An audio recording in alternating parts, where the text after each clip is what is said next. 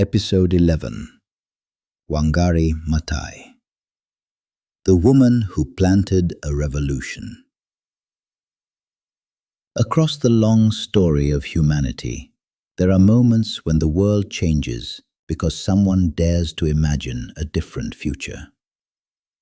Sometimes those moments come from revolutions. Sometimes they come from wars. And sometimes they begin with something so small that it is easy to overlook. A seed. For thousands of years, people across the African continent have lived in close relationship with the land. Forests provided shelter, rivers carried life, and fertile soil allowed communities to grow and thrive. But during the 20th century, something began to change. Across many regions of Africa, forests were disappearing. Rivers were shrinking. The balance between people and the earth was slowly being disturbed. Most people saw these changes and felt powerless to stop them. Governments seemed distant, corporations seemed unstoppable, and the damage to the land appeared inevitable. But one woman believed that change could begin in a very different way. Not through power, not through wealth, but through the quiet determination of ordinary people working together. Her name was Wangari Maathai. She would go on to become a scientist, an activist, a global leader for environmental protection, and the first African woman to receive the Nobel Peace Prize. But before the world knew her name, before she stood before international audiences, before she inspired millions of people across the planet, she was simply a young girl growing up in rural Kenya. And it was there, among the forests and rivers of her childhood, that the first seeds of her revolution were planted. Welcome to Echoes of African Heroes, the series that tells the stories of Africa's most remarkable leaders, visionaries, and movements that shaped history. If you believe these stories deserve to reach the world, take a moment to subscribe to Echoes of African Heroes, because every new subscriber helps ensure that these voices continue to echo across generations. Now, let us return to the beginning, to the hills of central Kenya, to the childhood of a girl who would one day change the world. Chapter 1. Roots in the Highlands. Wangari Maathai was born on April 1st, 1940. Her birthplace was a small rural village in the central highlands of Kenya. At the time, Kenya was still under British colonial rule.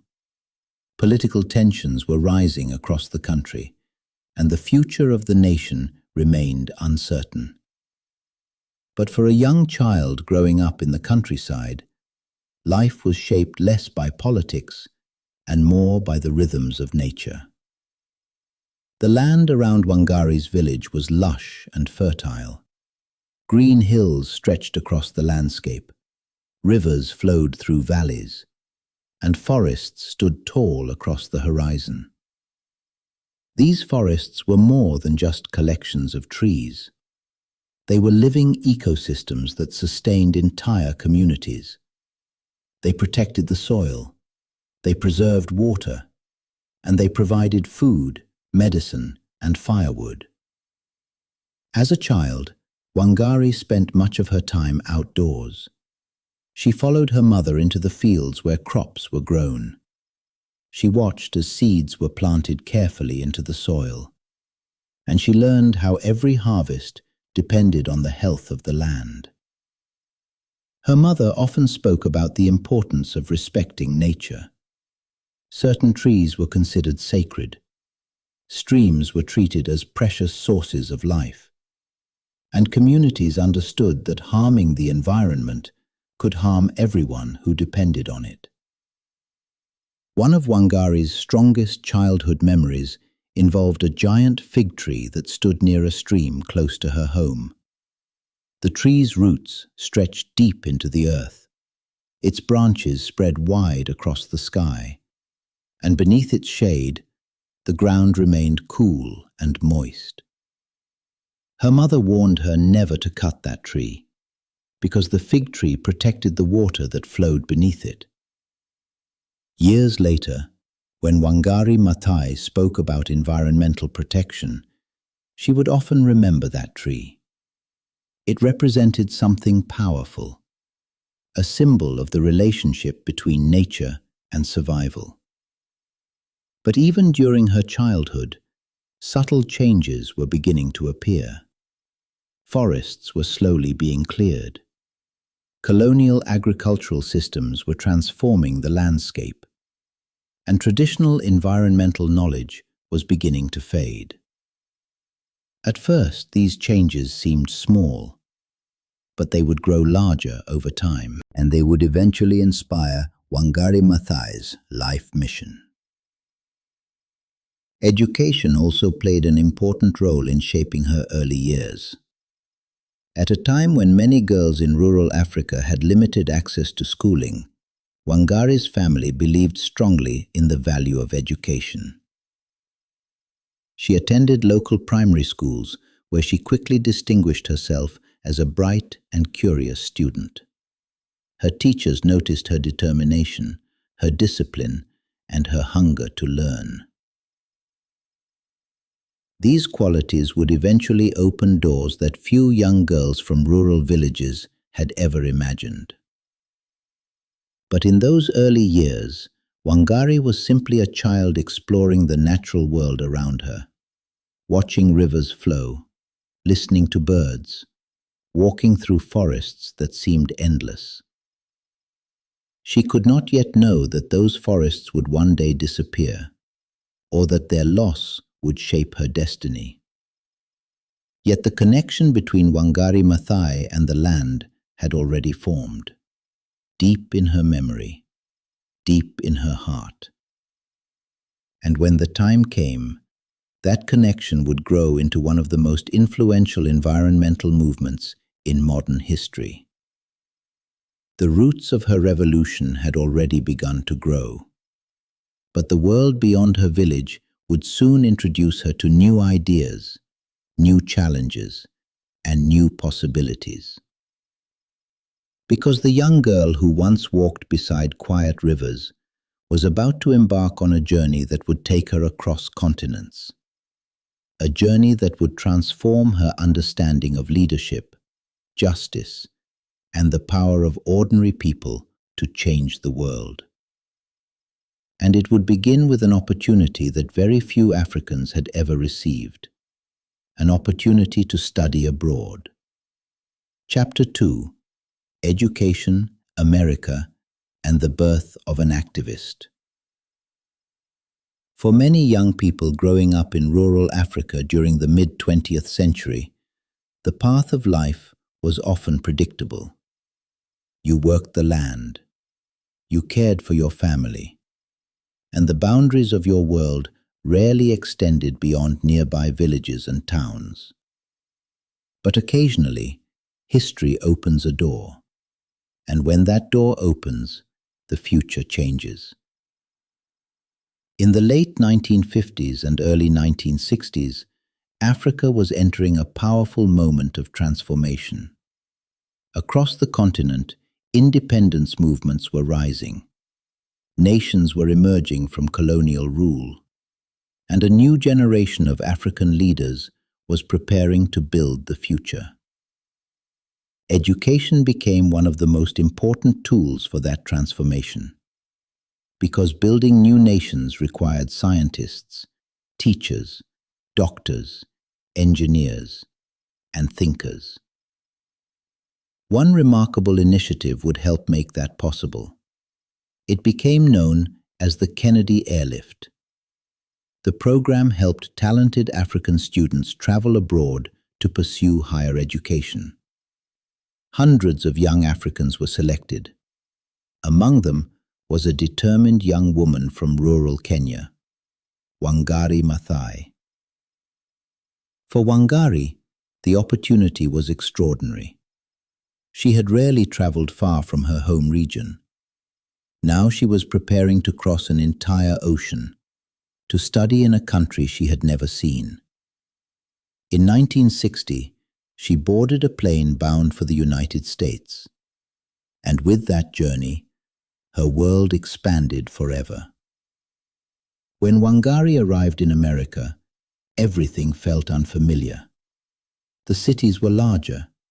The universities were immense. The culture was different from anything she had experienced before. Yet one thing quickly became clear. Education in this environment offered possibilities that few women had previously been allowed to explore. Wangari enrolled at Mount St. Scholastica College in Kansas, where she studied biological sciences. She immersed herself in her studies with determination. Her curiosity about the natural world deepened, and she developed a growing fascination with the relationships between ecosystems, soil, and plant life. But the classroom was only one part of her education. Outside the university walls, America was undergoing profound social change. The early 1960s were the height of the civil rights movement. Across the country, people were marching in the streets, demanding equality, demanding justice, demanding dignity. Wangari witnessed these movements with deep interest. She saw ordinary citizens organizing together, communities refusing to accept discrimination, young people standing courageously in the face of powerful institutions. These experiences left a lasting impression on her, because they demonstrated something powerful.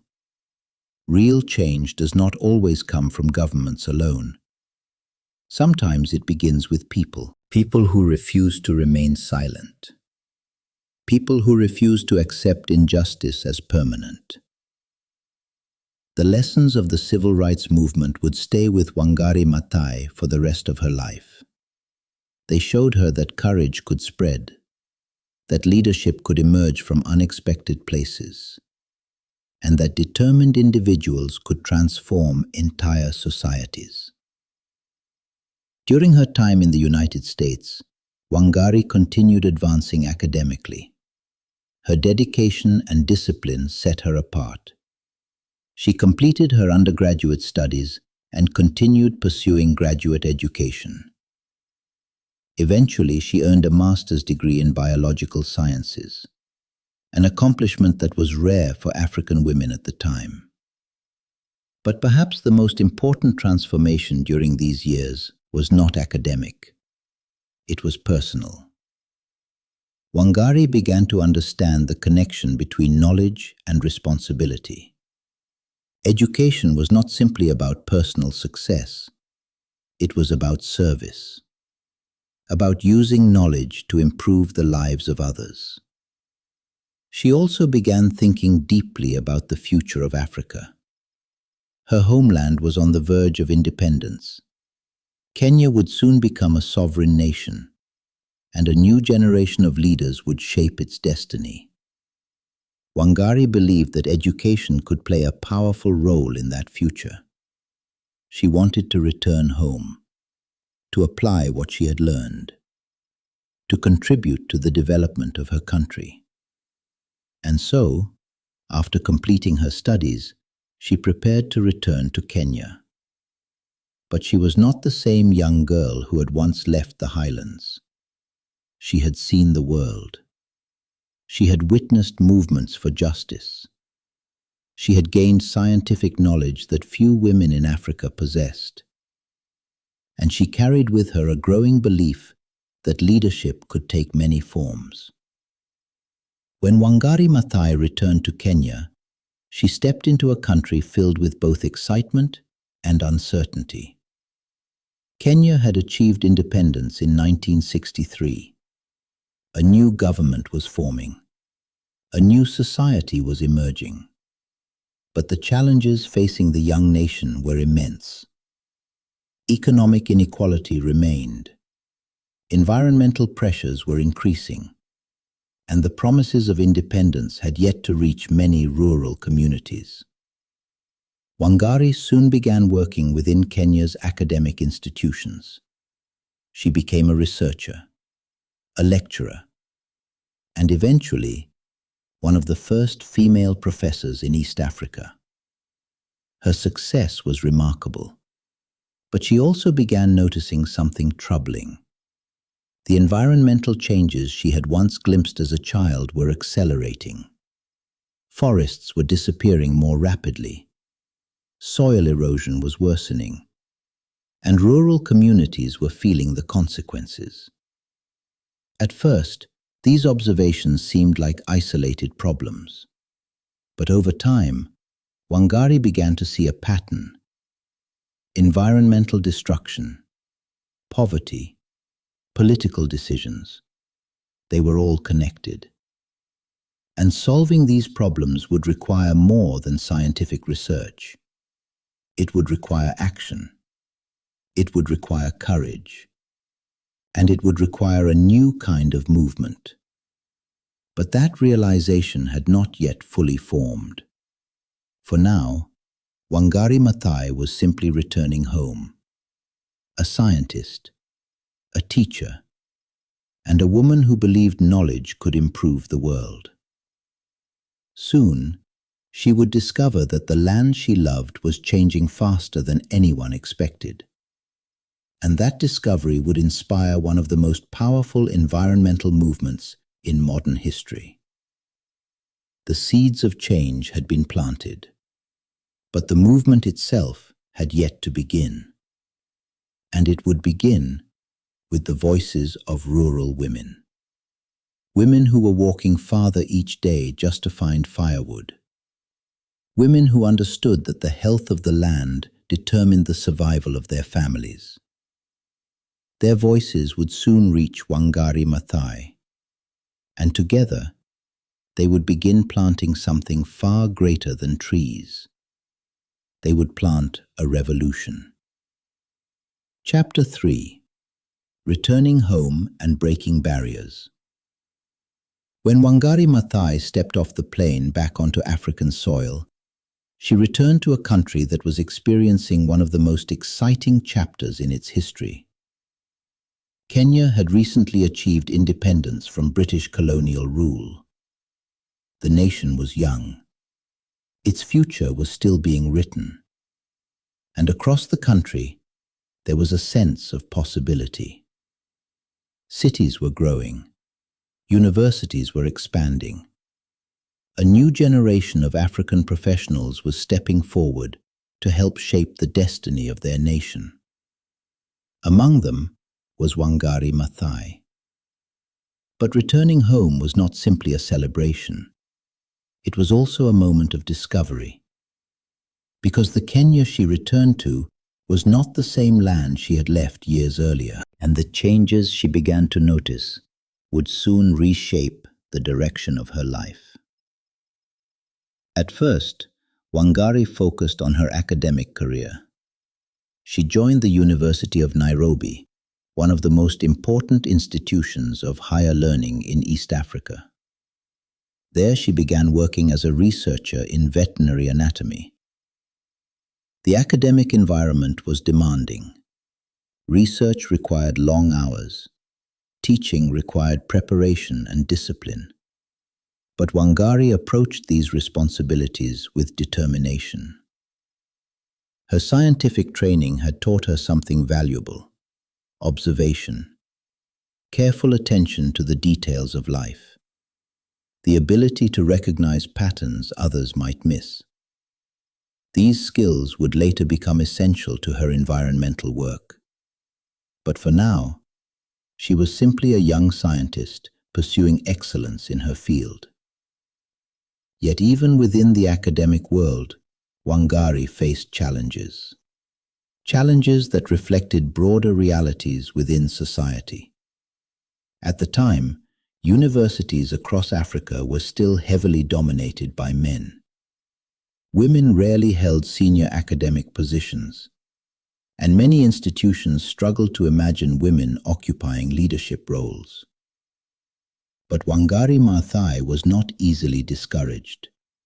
Her dedication to research and teaching gradually earned recognition among her colleagues. Step by step, achievement by achievement, she advanced within the university. Eventually, she reached a historic milestone.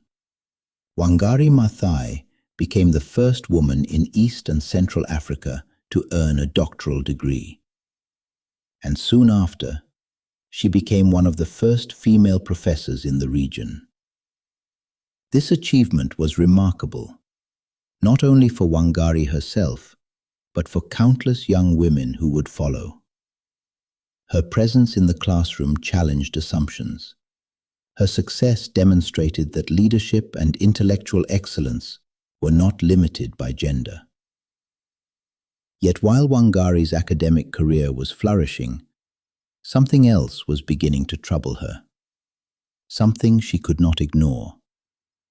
The environment she had known as a child was changing, and not for the better. During visits to rural communities, Wangari began hearing stories from women about their daily struggles. They spoke about walking longer distances to collect firewood. They spoke about rivers that once flowed strongly, but were now shrinking. They spoke about soil that was losing its fertility.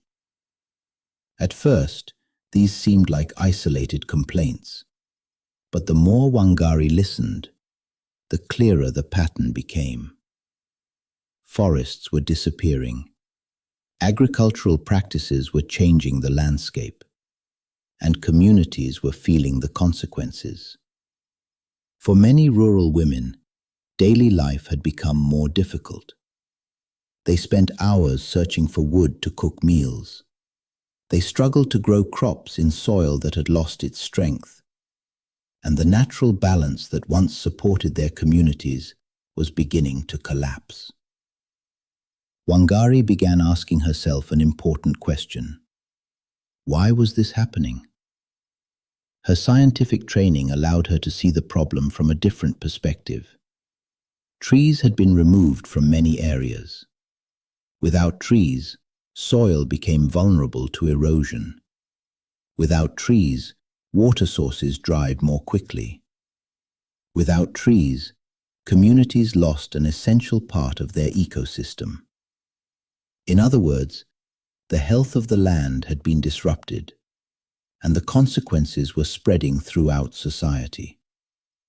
For Wangari Maathai, this realization was deeply troubling, because the land she remembered from her childhood had once been abundant. Forests had been strong. Streams had flowed freely. Now those natural systems were under pressure, and the people who suffered most were often the poorest members of society. Women, farmers, rural families.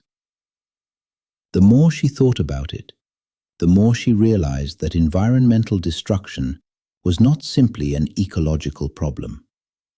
It was also a social problem. It affected food security. It affected livelihoods. It affected dignity.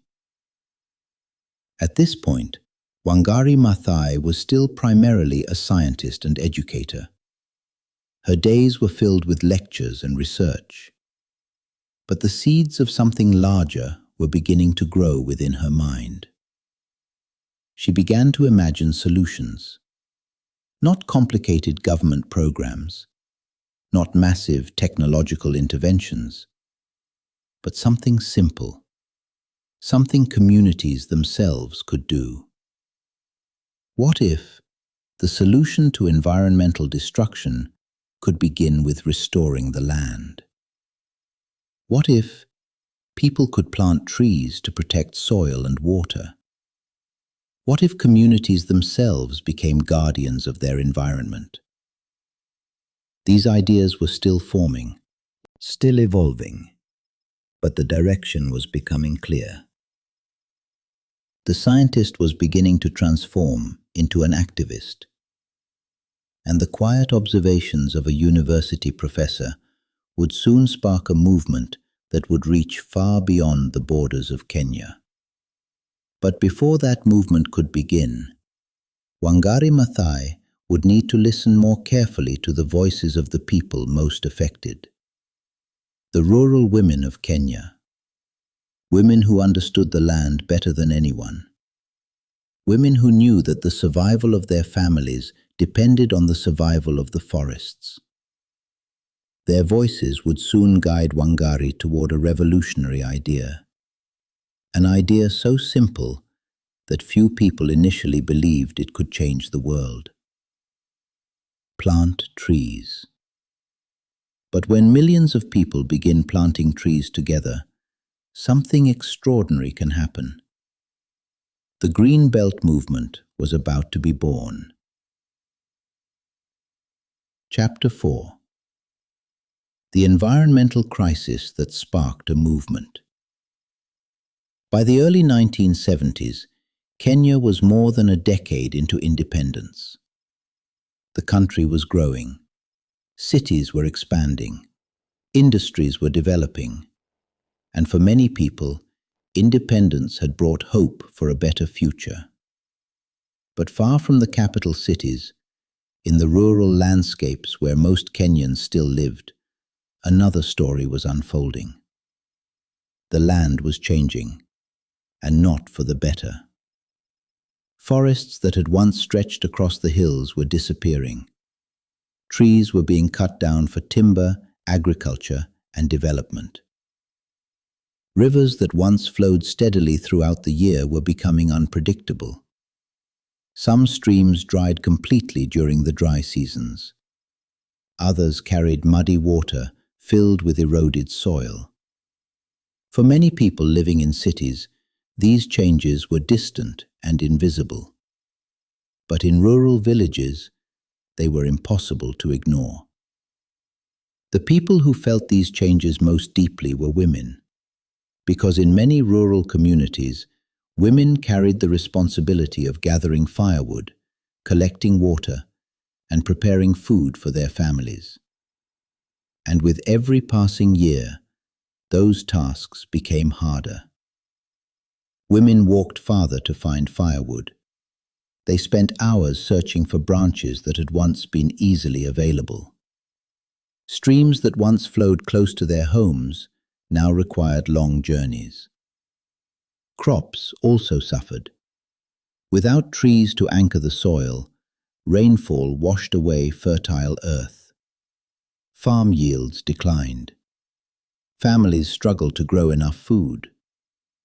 When Wangari Maathai began listening carefully to these stories, she realized something important. These were not isolated problems. They were connected. Environmental destruction was weakening the very systems that sustained rural life.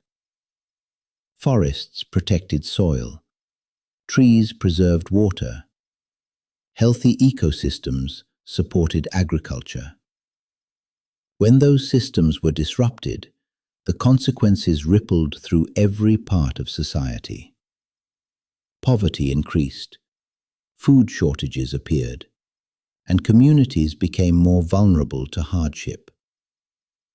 Wangari's scientific training helped her understand the environmental causes of these problems. But the solutions she began imagining did not come from laboratories or government offices.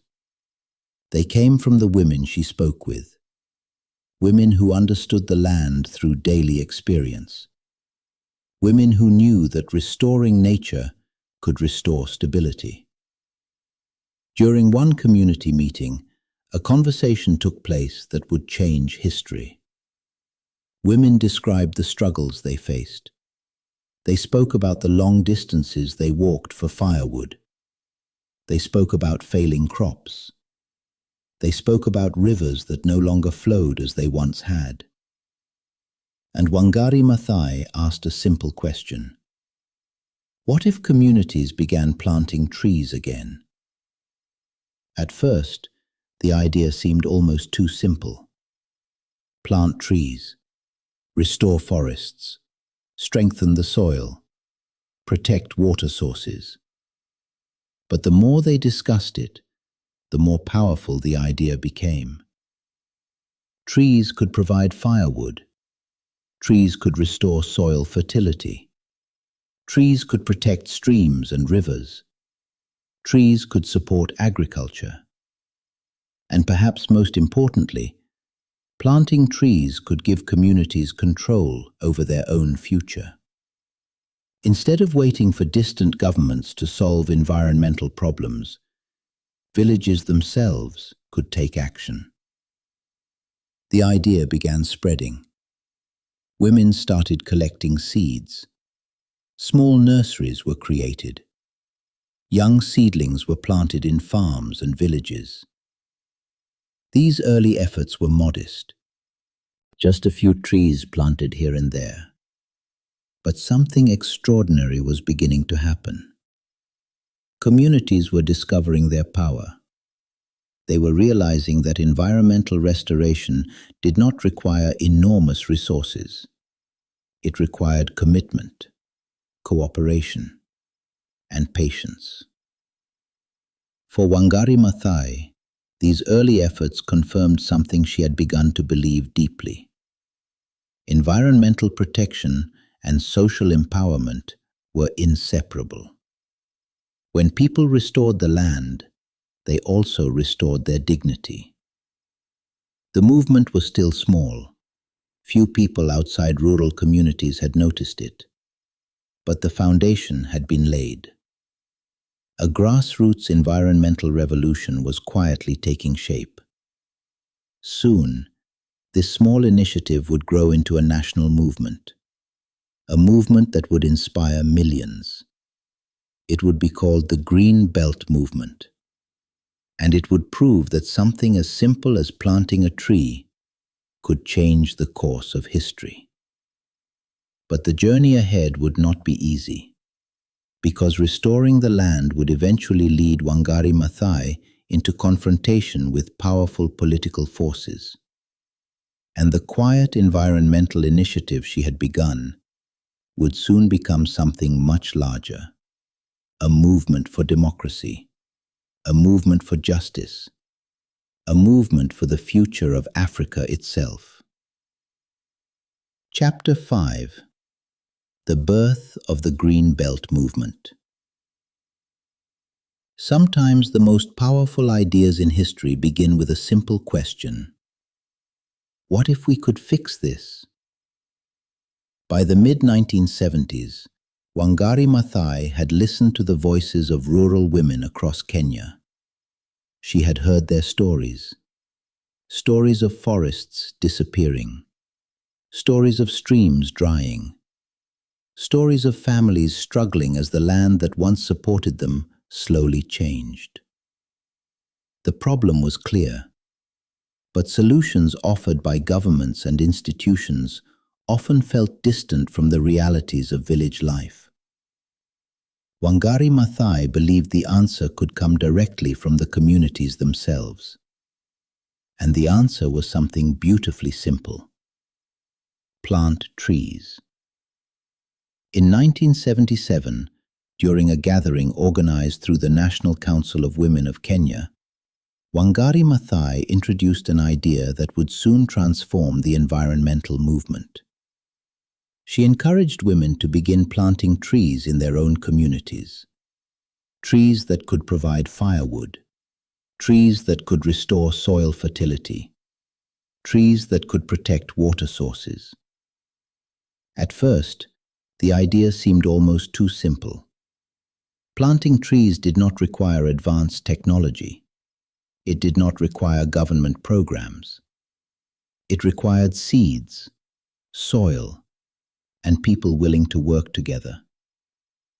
And that is exactly what began to happen.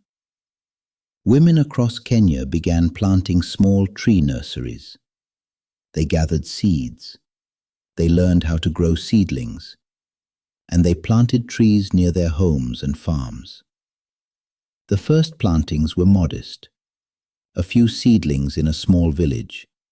A few rows of young trees along farmland. But with every tree planted, confidence grew. Communities began to see the results. New trees provided firewood. Young forests helped restore soil. Streams began to recover. Something remarkable was unfolding. Women who had once felt powerless in the face of environmental destruction were discovering their ability to change the future. And Wangari Maathai recognized the deeper significance of what was happening. This was not simply about planting trees. It was about empowerment. Rural women were gaining knowledge. They were organizing. They were taking leadership roles in their communities. Tree by tree, village by village, a grassroots movement was emerging. Wangari Maathai named this initiative the Green Belt Movement. The name reflected the vision behind the movement. Green belts of trees spreading across the land, restoring forests, protecting farms, and strengthening communities. But the Green Belt movement was never only about trees. It was also about dignity, about giving people the tools to protect their environment and their livelihoods. And perhaps most importantly, it demonstrated something powerful. Ordinary citizens could become agents of change. As the movement spread, thousands of women joined the effort. They planted seedlings in farms, schools, churches, and community centers. Each tree represented more than environmental restoration. It represented hope. Hope that the land could heal. Hope that communities could regain control over their future. Hope that small actions could grow into something much larger. And grow it did.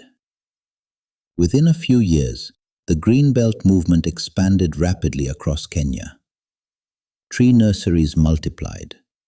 Communities exchanged seeds and knowledge, and millions of seedlings began transforming the landscape. International observers began noticing the movement. Environmental organizations admired its grassroots approach. Development experts saw its impact on poverty reduction. But Wangari Maathai remained focused on the movement's original purpose: empowering communities, restoring ecosystems, and protecting the future of the land. Yet success also brought new challenges, because as the Green Belt movement grew, it began exposing uncomfortable truths about environmental destruction. Powerful interests were responsible for many of the forests that had been cleared.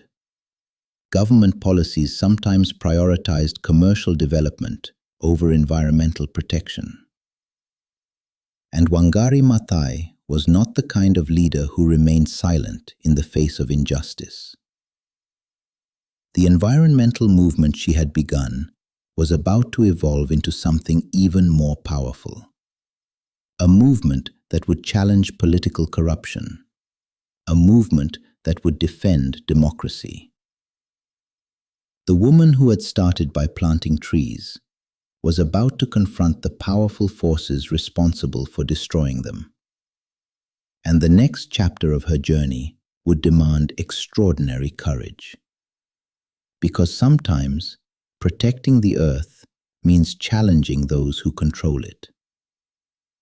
The Green Belt movement had been born, but the struggle to protect Kenya's environment was only beginning. Chapter 6: Standing Up to Power. Movements that begin quietly do not always remain quiet. As the Green Belt movement spread across Kenya, its success began revealing something deeper, something political. The destruction of forests was not happening by accident.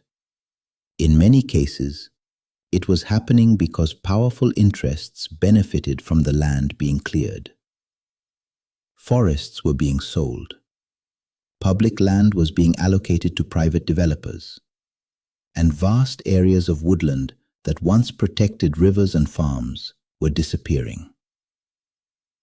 For Wangari Maathai, this realization was deeply troubling, because the environmental crisis she had been trying to solve was connected to something larger: corruption. Land that belonged to the public was being transferred to powerful individuals. Protected forests were being opened to development, and communities who depended on those ecosystems had little voice in the decisions being made. At first, Wangari Maathai tried to address these issues through dialogue. She wrote letters. She raised concerns in meetings. She spoke to government officials about the importance of protecting forests. But her warnings were often ignored, and in some cases, dismissed entirely. Many leaders believed that economic development required clearing land. Environmental protection was treated as a secondary concern. But Wangari Maathai refused to accept that logic, because she understood something fundamental. Destroying forests did not create sustainable development. It created long-term damage. So she did something that few scientists at the time were willing to do. She began speaking publicly about corruption and environmental destruction. Her voice grew louder. Her speeches became more direct, and her message reached more people. This shift transformed the Green Belt movement. What had begun as a grassroots environmental initiative was now becoming a powerful platform for social justice. Women planting trees were also demanding accountability. Communities restoring forests were also defending public land. And this growing movement made powerful people uncomfortable. Government officials began criticizing Wangari Maathai. Some dismissed her activism. Others accused her of creating unnecessary political conflict. But criticism soon escalated into something more serious: intimidation. Authorities attempted to disrupt Green Belt movement activities. Meetings were monitored. Public gatherings were discouraged. Yet despite these pressures, Wangari Maathai remained determined. Because for her, environmental protection was inseparable from human rights. If citizens could not defend their land, they could not defend their future. One of the most dramatic confrontations occurred in Nairobi's Uhuru Park. The government had approved plans to construct a massive commercial complex in the park. The project would include skyscrapers, offices, and luxury facilities. But it would also destroy one of the city's most important public green spaces. For Wangari Maathai, the decision symbolized everything that was wrong with the system. Public land was being sacrificed for private profit. Environmental concerns were ignored, and citizens had not been consulted. So she did something bold. She began organizing public opposition to the project.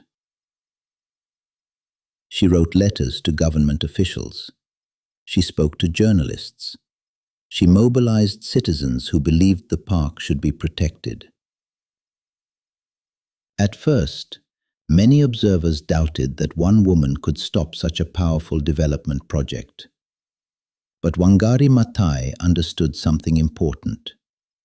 Movements grow when people find the courage to act together. The protests gained attention. International media began covering the story. Environmental organizations expressed support. And eventually, the project was cancelled.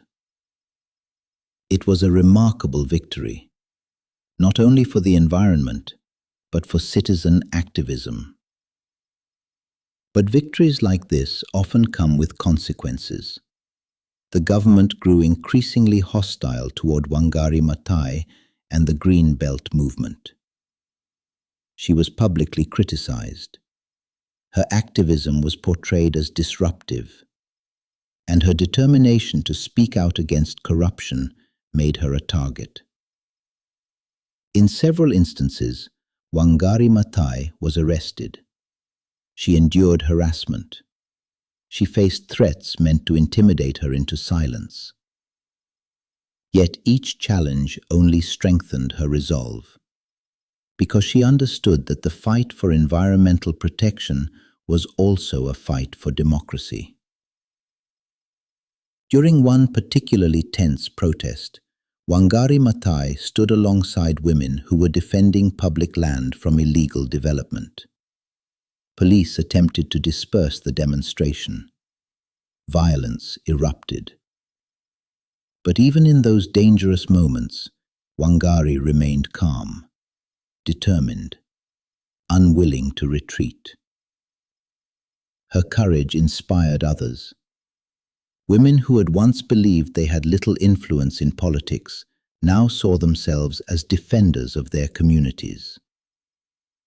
The Green Belt movement had evolved. It was no longer only about planting trees. It had become a symbol of resistance. Resistance against corruption. Resistance against environmental destruction. Resistance against injustice.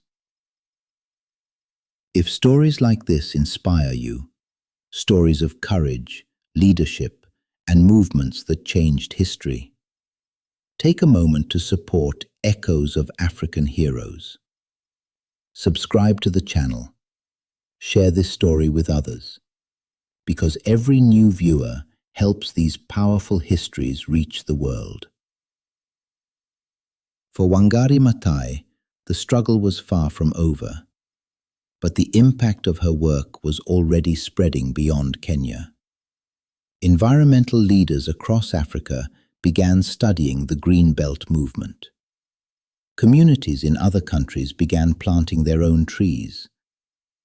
What started as a local initiative was becoming a global example. An example of how environmental protection and citizen empowerment could work together. But the challenges ahead would continue to test Wangari Maathai's strength, because defending forests meant confronting powerful interests again and again. And yet, she never abandoned the belief that change could begin with something simple: a seed, a tree, a community working together. The woman who once listened quietly to rural women's struggles had become one of Africa's most courageous voices for environmental justice. And her message was beginning to reach the world. Chapter 7: The Fight for Democracy. By the late 1980s, the work of Wangari Maathai had grown far beyond environmental restoration. Planting trees had revealed something deeper, a connection between the health of the land and the health of democracy. Because when forests disappeared, when public land was sold without transparency, when communities were excluded from decisions about their environment, these were not just environmental problems. They were political problems. At the time, Kenya was governed by a single-party political system. Power was concentrated in the hands of a few leaders, and citizens who spoke openly against government decisions often faced intimidation. Wangari Maathai had already experienced some of this pressure. She had been criticized for her activism. Her protests had drawn the attention of authorities, and her growing influence made powerful people uncomfortable. But instead of retreating, Wangari chose to speak even more boldly. She began linking environmental protection with democratic accountability. She argued that protecting forests and public land required transparent leadership. She believed citizens had the right to question how natural resources were being used. This message resonated with many Kenyans because by the late 1980s, public frustration with corruption and lack of political freedom was growing. Citizens began organizing protests and public discussions about democratic reform. Students, journalists, civil society leaders, and activists like Wangari Maathai. The government responded harshly. Demonstrations were often broken up by police. Activists were detained. Public gatherings were monitored. Yet the demand for change continued spreading. And Wangari Maathai remained one of the most visible voices supporting democratic reform. One of the most dramatic moments occurred in the early 1990s. Families of political prisoners gathered in Nairobi's Freedom Corner in Uhuru Park. They were mothers, wives, sisters, women demanding the release of loved ones imprisoned for opposing the government. Wangari Maathai joined them, standing alongside these women as they protested peacefully for justice. The demonstration attracted attention from across the country. Citizens watched as ordinary women demanded accountability from the state. Authorities quickly moved to disperse the gathering. Police arrived. Crowds were pushed back. Tensions escalated. In the chaos that followed, violence erupted. Protesters were beaten. Some were arrested. And Wangari Maathai herself was injured during the confrontation. The images shocked many people across Kenya because the protest had been peaceful and the women involved had simply demanded justice. But the incident also ignited something powerful: public awareness. International media began covering the events. Human rights organizations expressed concern, and pressure began mounting on the Kenyan government. For Wangari Maathai, the struggle for environmental protection had now become inseparable from the struggle for democratic freedom. She believed that protecting forests and protecting human rights required the same thing: accountable leadership. Throughout the early 1990s, protests for political reform continued across Kenya. Citizens demanded multi-party elections. Students organized demonstrations. Activists called for constitutional reforms. Wangari Maathai remained deeply involved in these movements. She spoke at gatherings. She wrote articles and public statements. And she continued encouraging citizens to defend their rights. Her courage inspired many people, but it also brought new risks. She faced harassment. She was arrested multiple times, and she endured constant political pressure. Yet despite these challenges, she refused to retreat. Because Wangari Maathai believed something deeply. Democracy and environmental stewardship were connected. Without democratic institutions, citizens could not defend their land. Without transparency, public resources could be misused. The fight for democracy was therefore also a fight for the environment. And over time, the pressure for reform began producing results. In 1992, Kenya introduced multi-party elections. It was a major step toward greater political freedom. The journey toward full democracy would continue for many years. But the voices of activists like Wangari Maathai had helped push the country toward change. Her role in these movements also transformed how the world saw environmental activism. environmental protection was no longer viewed only as a scientific issue. It was recognized as a question of justice, a question of human rights. The Green Belt movement continued expanding during this period. Millions of trees had already been planted. Communities across Kenya had embraced the movement, and its message was beginning to inspire people beyond Africa. Wangari Maathai had become something remarkable: a scientist, an environmental leader, and a defender of democracy. But the world had not yet fully recognized the impact of her work. That recognition would come later. For now, the woman who had once begun by planting trees in small villages had become one of the most courageous voices for justice in modern Africa. And her journey was far from over, because the movement she had started in rural Kenya was about to capture global attention. Soon, the world would begin to understand the true power of her work, the power of communities working together, the power of restoring the earth, the power of courage. If this story inspires you, if you believe the world should hear more about Africa's heroes, take a moment to support Echoes of African Heroes. Subscribe to the channel, share this video, and help these powerful stories reach audiences across the globe. Because every time these stories are shared, the voices of Africa's heroes echo further across the world. Chapter 8. The world begins to listen. By the late 1990s, the quiet movement that began in rural villages across Kenya had grown into something extraordinary. Millions of trees had been planted.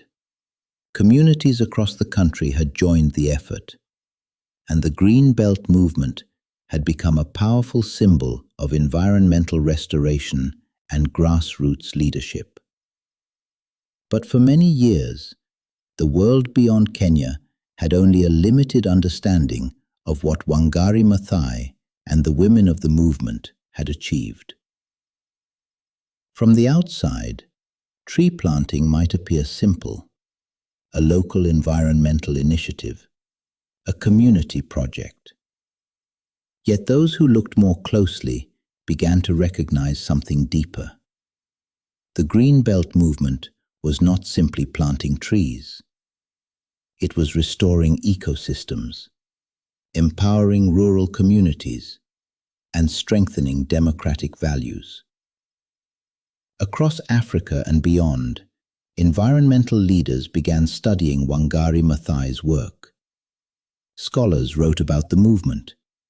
Activists referenced its success. Development organizations began supporting community forestry programs inspired by its example. The movement's influence spread far beyond Kenya's borders. Communities in other countries began launching similar initiatives. Villagers organized tree nurseries. Farmers planted windbreak forests. Schools taught children about environmental stewardship. And with each passing year, Wangari Maathai's voice carried further. She began traveling internationally to speak about the relationship between environment, democracy, and human rights. Her message was clear. Protecting nature was not only about conservation, it was about justice. Environmental destruction often affected the poorest communities first. When forests disappeared, families lost firewood. When soil eroded, farmers lost crops. When rivers dried, entire villages lost access to water. In other words, environmental protection was inseparable from human dignity. This perspective resonated deeply with audiences around the world because it expanded the meaning of environmental activism. It showed that planting trees could also strengthen communities. that protecting forests could also protect livelihoods, that restoring ecosystems could also promote peace. International organizations began honoring Wangari Maathai's work. She received environmental awards. She was invited to global conferences, and her story began appearing in media outlets across multiple continents. Yet even as her international recognition grew, Wangari remained deeply connected to the grassroots origins of her movement. She continued visiting rural communities. She continued working alongside women who planted seedlings in village nurseries. And she continued reminding people that the movement belonged to them. Because the success of the Green Belt movement did not belong to one leader alone. It belonged to thousands of women. Women who had gathered seeds, women who had planted trees, women who had defended forests despite obstacles. Their collective effort had transformed landscapes, and their determination had inspired millions. By the early 2000s, the world was beginning to face growing environmental challenges. Climate change, deforestation, water shortages. Many leaders searched for large-scale technological solutions, but Wangari Maathai's work offered a different perspective. Sometimes the most powerful solutions begin with communities, people working together, protecting their environment, and taking responsibility for the land they depend on. This philosophy began influencing global discussions about sustainability. Policymakers, scientists, and environmental organizations increasingly recognized the value of community-led environmental initiatives. And at the center of that conversation stood Wangari Maathai. Yet despite her international recognition, she remained humble about her achievements. In interviews, she often emphasized the simplicity of the movement's mission. Plant trees, protect the earth, empower communities.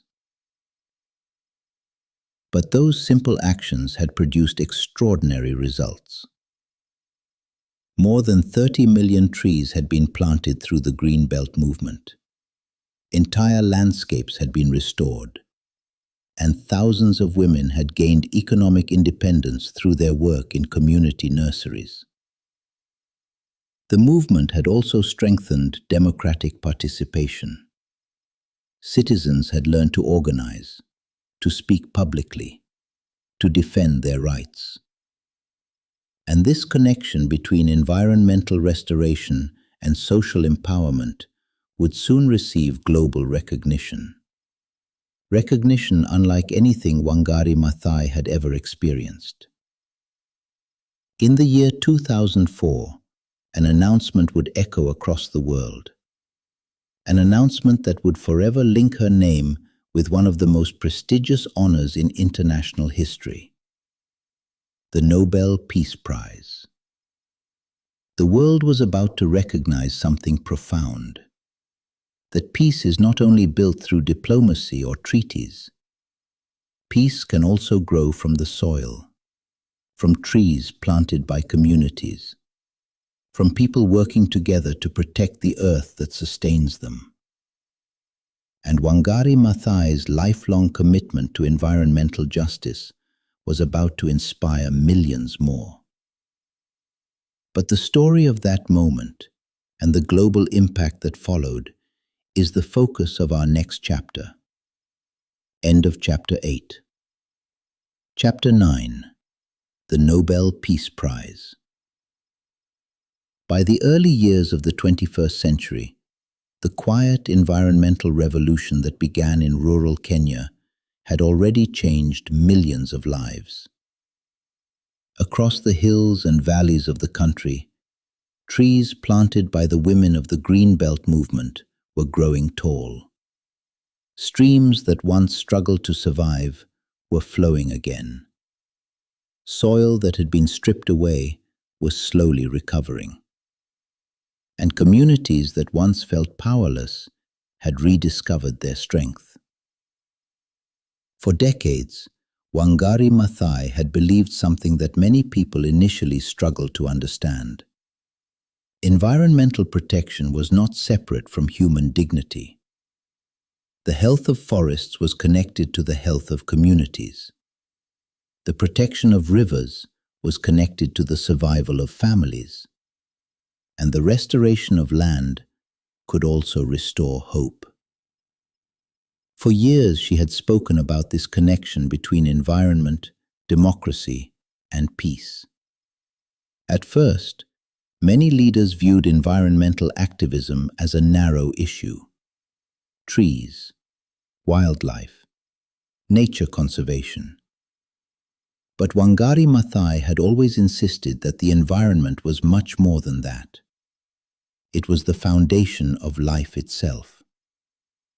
Without healthy ecosystems, food security collapses. Without forests, water systems weaken. Without sustainable land management, communities face poverty and instability. And instability often leads to conflict. This idea that environmental protection could contribute to peace began gaining attention across the world. Researchers studied the impact of the Green Belt movement. Development experts recognized its role in empowering women. Environmental leaders praised its community-driven approach. But the most significant recognition was still to come. In October of the year 2004, an announcement was made in Oslo, Norway. An announcement that would echo across continents. The Norwegian Nobel Committee revealed that the Nobel Peace Prize would be awarded to Wangari Maathai. It was a historic moment. For the first time in history, an African woman had received the Nobel Peace Prize. The announcement surprised many people, because the Nobel Peace Prize had traditionally been awarded to political leaders, diplomats, or organizations involved in peace negotiations. But this decision recognized something profound. Planting trees could contribute to peace. The Nobel Committee explained its reasoning clearly. By restoring forests, empowering women, and strengthening democratic values, Wangari Maathai had helped create conditions for sustainable peace. Her work demonstrated that environmental protection was not only about saving nature, it was about protecting the future of humanity. When Wangari Maathai received the news, she responded with humility. She emphasized that the award did not belong to her alone. It belonged to the thousands of women who had planted trees, the farmers who restored their land, the communities who believed change was possible. The Nobel Prize ceremony later that year became a moment of global inspiration. Standing before world leaders and dignitaries, Wangari Maathai spoke about the responsibility all people share in protecting the earth. She reminded the audience that environmental destruction threatens not only ecosystems, but also justice and stability. Her message was simple yet powerful. When we protect the earth, we protect ourselves. Her speech echoed the philosophy that had guided her work for decades. Small actions matter, communities matter, and courage matters. Across Africa, the news of her Nobel Prize victory sparked celebration. Children in Kenyan schools planted new trees in her honor. Villages across the country held gatherings to recognize the achievement. And women who had worked alongside her felt pride in the movement they had built together. But the impact of the award extended far beyond Kenya. Around the world, people began seeing environmental activism through a new lens. Protecting forests was no longer viewed as a secondary issue. It was recognized as essential to global stability. Wangari Maathai had helped change the conversation. She had shown that sustainable development, human rights, and environmental protection were deeply connected. Her story inspired a new generation of activists. Young leaders across Africa began launching environmental initiatives. Communities across the world planted trees inspired by the Green Belt movement. If stories like this inspire you, stories of courage, leadership, and African heroes who changed the world, consider helping echoes of African heroes reach even more people. Subscribe to the channel, share this video with friends and family, and join us as we continue telling the stories that shaped Africa and the world. Because every new subscriber helps these powerful histories echo across generations. For Wangari Maathai, the Nobel Prize was not the end of her journey. It was a reminder of how much work remained. Environmental challenges continued growing across the world. Deforestation, climate change, water scarcity. But she remained hopeful, because she had witnessed the power of ordinary people working together. She had seen barren land become green again. She had seen communities regain confidence in their ability to shape the future. And she knew that the same spirit could inspire change far beyond Kenya. The seeds planted decades earlier had grown into something extraordinary, a global movement for environmental justice. And the story of Wangari Maathai was about to leave an enduring legacy that would continue inspiring the world for generations to come. Chapter 10: The Living Legacy. Some leaders leave behind monuments. Others leave behind speeches. Some leave behind political systems or institutions. But a few rare individuals leave behind something far more powerful: living change. For Wangari Maathai, her legacy was not carved in stone. It was planted in the earth. Across Kenya, millions of trees stood as living proof of what determination and community action could achieve. Tall forests that once did not exist. Green hills where barren land once struggled to survive. Streams that flowed again because roots held the soil in place. Each tree told a story of women who refused to accept environmental destruction, a story of communities that chose hope instead of despair, and a story of one woman who believed that ordinary people could restore the land that sustained them. The Green Belt movement continued expanding throughout the early 21st century. New generations joined the effort. Young people learned how to grow seedlings and protect forests. Villages across Kenya continued restoring degraded land. And the message of Wangari Maathai continued spreading across the world. Environmental leaders across continents cited her work as a model for sustainable development. Universities taught students about the connection between environmental protection and human rights. Communities from Asia to Latin America launched tree planting initiatives inspired by her movement. Yet despite the global recognition she received, Wangari Maathai never stopped emphasizing the same simple truth. Change begins with action. Small action. Consistent action.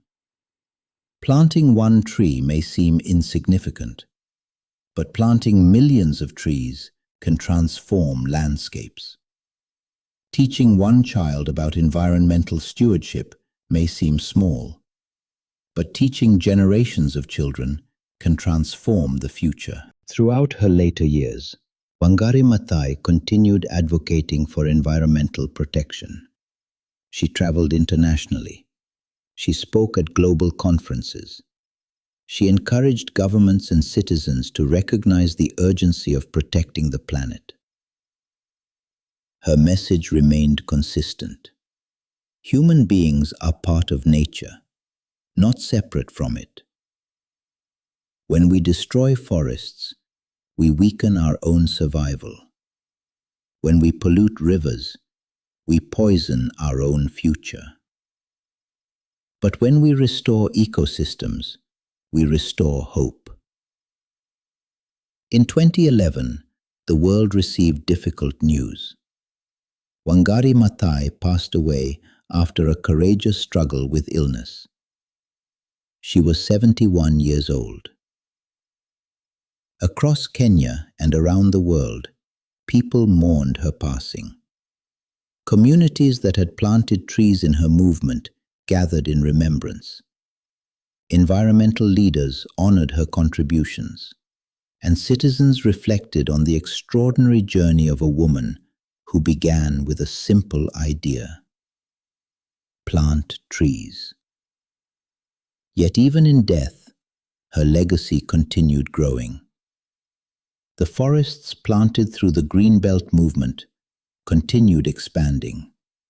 Communities continued protecting their land, and millions of people across the world carried forward the message she had shared. Today, the impact of Wangari Maathai can be seen in environmental movements everywhere. Youth activists fighting climate change, communities restoring degraded ecosystems, organizations advocating for sustainable development. Many of these efforts trace their inspiration back to the same idea she championed decades earlier: that environmental stewardship and social justice must go hand in hand. Her life demonstrated that courage does not always require armies or political power. Sometimes courage begins with a single voice speaking truth, and sometimes it begins with planting a seed. The trees planted by the Greenbelt movement continue standing across Kenya today, growing taller each year, providing shade, protecting soil, supporting wildlife.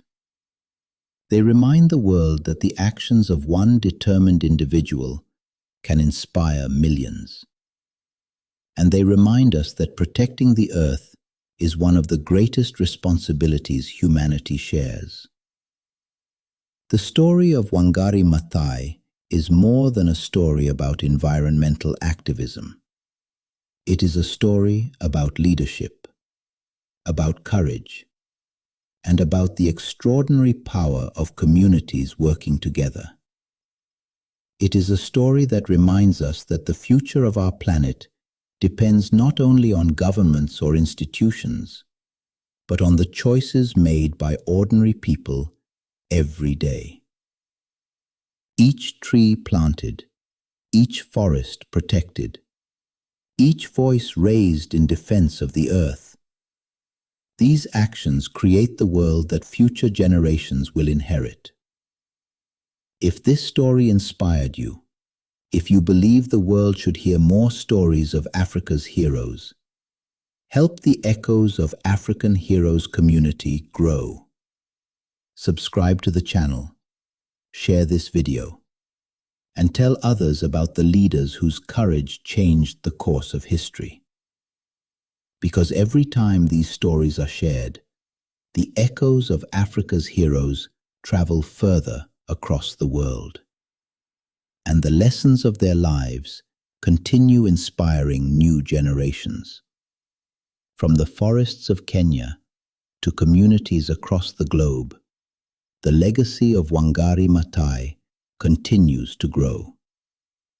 Just like the trees she inspired the world to plant, what remains? And across the hills of Kenya today, millions of trees stand quietly beneath the African sky. Their branches sway in the wind. Their roots hold the soil firm. Their leaves whisper in the sunlight. But these trees are more than part of the landscape. They are witnesses. Witnesses to courage. Witnesses to perseverance. Witnesses to the extraordinary vision of one woman who believed that ordinary people could restore the earth. Wangari Maathai once said, "When we plant trees, we plant the seeds of peace and hope." And today, those seeds continue to grow across the world. The forests restored by the Greenbelt movement still protect rivers and farms. Communities continue planting trees inspired by her example. And new generations of environmental leaders carry forward her message. But every great movement leaves behind an important question. What remains? What remains after the leader is gone? What remains after the protests end? What remains after the world moves on to the next story? Because the true measure of leadership is not the recognition received in a lifetime. It is the impact that continues long after. In our next episode of Echoes of African Heroes, we explore that question. Episode 12. What Remains? In this powerful reflection, we will look beyond the life of Wangari Maathai and examine the legacy she left behind. We will explore how the Greenbelt movement continues restoring landscapes today, how millions of trees planted across Africa are still growing, and how communities around the world are carrying forward her vision of environmental justice. We will also examine the global environmental challenges that remain before us: climate change, deforestation, water scarcity. And we will ask an important question: what lessons can the world still learn from Wangari Maathai? Because the story of Echoes of African Heroes is not only about the past, it is about the future. It is about the ideas and courage that continue shaping our world. And the legacy of Wangari Maathai reminds us that even the smallest action, planting a single seed, can transform the course of history. If you believe these stories deserve to reach the world, help the Echoes of African Heroes movement grow. Subscribe to the channel, share this episode, and join us as we continue uncovering the powerful stories that shaped Africa and inspired the world. Because when we remember our heroes, their echoes continue guiding the future.